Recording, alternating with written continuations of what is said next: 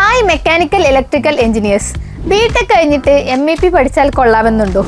എങ്കിൽ കോഴ്സ് തിരഞ്ഞെടുക്കുന്നതിന് മുന്നേ MEPയുടെ fire and life safety systems in building design എന്ന ടോപ്പിക്കിനെ പറ്റി ഒരു ഫ്രീ വർക്ക്ഷോപ്പ് അറ്റൻഡ് ചെയ്താലോ?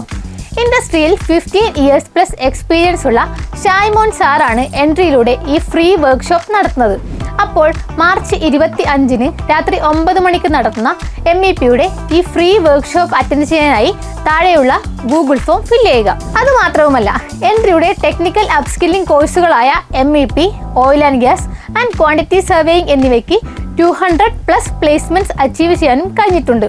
അതോടനുബന്ധിച്ച് കോഴ്സുകൾ ഇപ്പോൾ ഓഫർ പ്രൈസിൽ ലഭിക്കുന്നു.